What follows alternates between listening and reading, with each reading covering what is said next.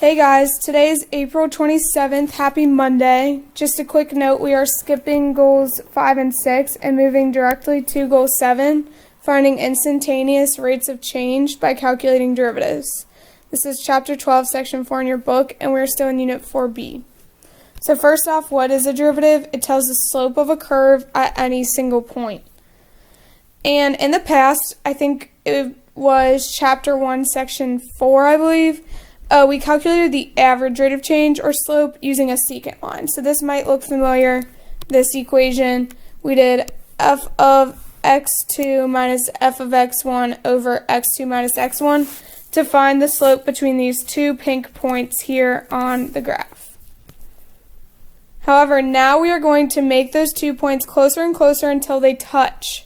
So for average rate of change, we are going to call the distance between x1 and x2 the h value.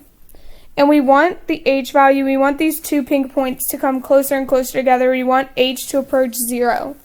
Approaching 0 should remind you of a limit. So in order to find the instantaneous rate of change, we're going to change a few things on our graph. Instead of using x1 and x2, we are going to use x and x plus h, since this h distance is the distance between the 2 points. If this is x here, if we add h, we'll get to x plus h. And we're going to change, instead of f of x1, we'll have f of x and f of x plus h.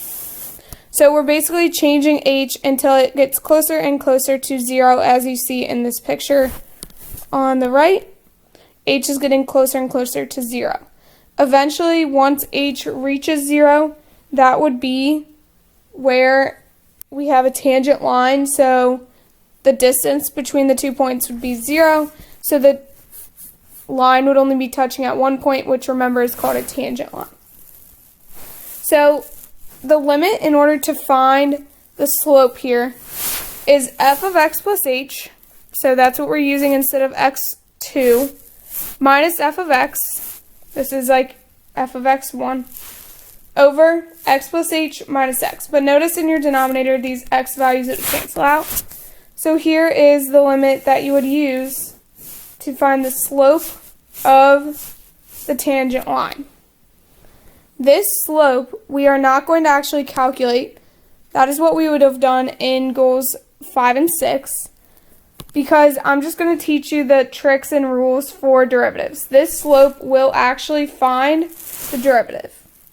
There are many ways to write a derivative. We can write it as y prime, f prime of x, dy dx, or df dx. This you can read also as the change in y, not change in y, the derivative of y with respect to x.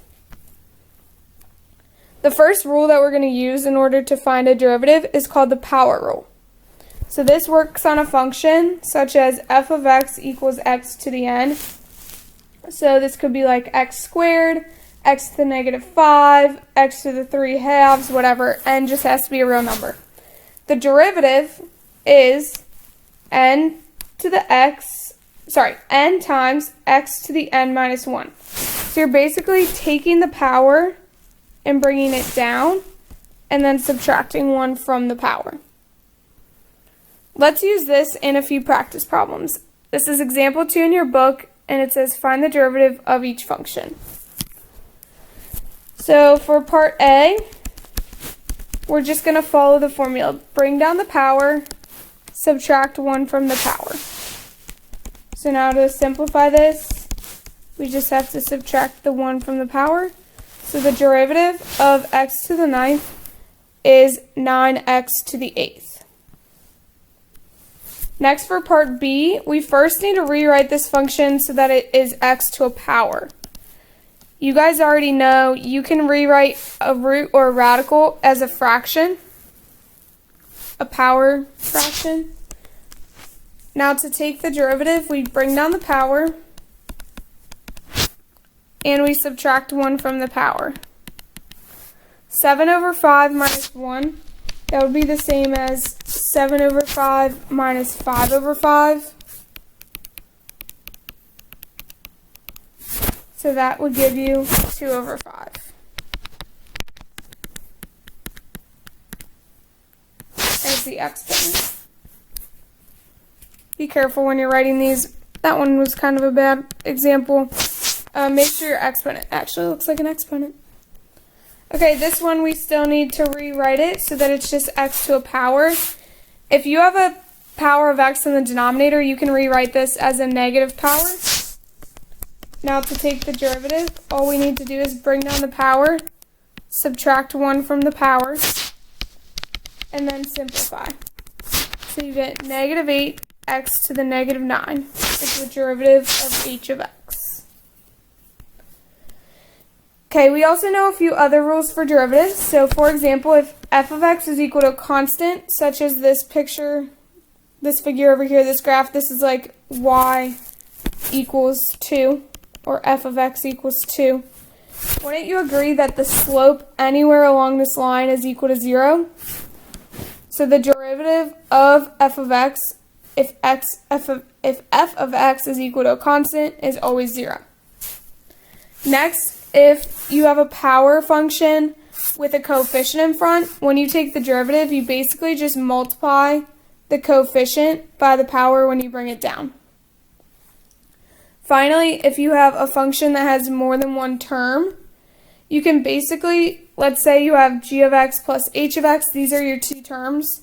You basically take the derivative of each function one at a time. So you'll take the first term, take the derivative of it, keep your plus or minus sign, whatever was in the middle, take your second term and find the derivative, and then that's the derivative of the entire function. So you basically just go term by term. Let's use these in a few examples.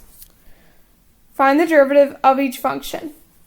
So for example, on this one, to find the derivative, this first term, since it has more than one term, we'll go term by term. The first term is a power function with a coefficient. So remember we said we could bring down the power and just multiply it by the coefficient that's already there, and we'll still subtract 1 from the power. Next, to find the derivative of 4, since 4 is a constant, the derivative is just 0. Now we just need to simplify this. 5 times 3 is 15. 3 minus 1 is 2. Okay, this next one, this is not just a power function. We have multiplication here. Eventually, next week, we will learn what's called the product rule. But for now, we are not going to use this. So if you find it online, don't use that rule yet. I'm going to show you how we can use this without knowing the power rule. So we can use our normal rules that we've learned so far by distributing this first and rewriting g of x. So x to the 5th times 2x cubed, that gives us 2x to the 8th. X to the 5th times positive 4 gives us positive 4x to the 5th. Now we can take the derivative term by term. So for the first, we bring down the power, multiply by the coefficient, subtract 1 from the power. Same for the second term, bring down the power, subtract 1 from the coefficient. Now simplify. 2 times 8 is 16. 8 minus 1 is 7.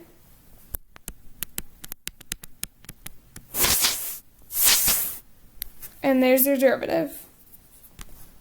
For this third one, we notice it's a division. Next week we will learn what's called the quotient rule.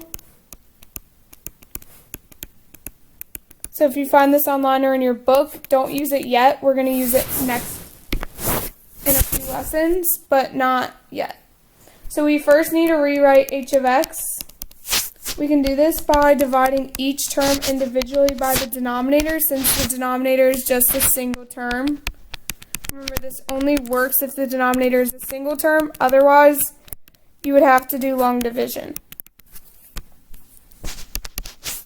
So our function we could rewrite as 5x squared, because remember we subtract the powers on our exponents. So we have 3 minus 1, so we get squared.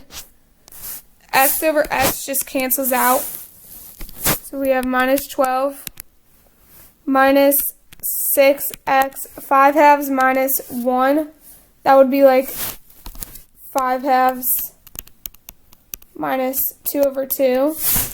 So that gives us x to the 3/2. Now we're ready to take the derivative. So we'll go term by term. For the first one, bring down the power, subtract 1 from the power. For the second term, it's just a constant, so we know that the derivative is 0. For the third term, you bring down the power, subtract 1 from the power. And now finally, we just need to simplify. 5 times 2 is 10. X to the first, we don't need to write that power since it's a 1. So you can just do x. Minus 0, we don't need to include. 6 times 3/2, 6 and 2 have a common factor of 2. So we're left with 3 times 3, which is 9. And 3/2 minus 1, this is the same as 3/2 minus 2 over 2. So that leaves us with 1/2 as our exponent. Your homework for tonight is on page 772. You have these 4 problems, and then your reflection question is number 62 in the book, but I wanted to give you a quick hint for that. When they're talking about f prime of x squared, it means you basically first take the derivative of f of x,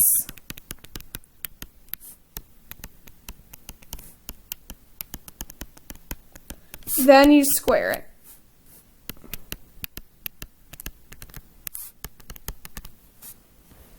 Have a great Monday, guys. I'll talk to you tomorrow.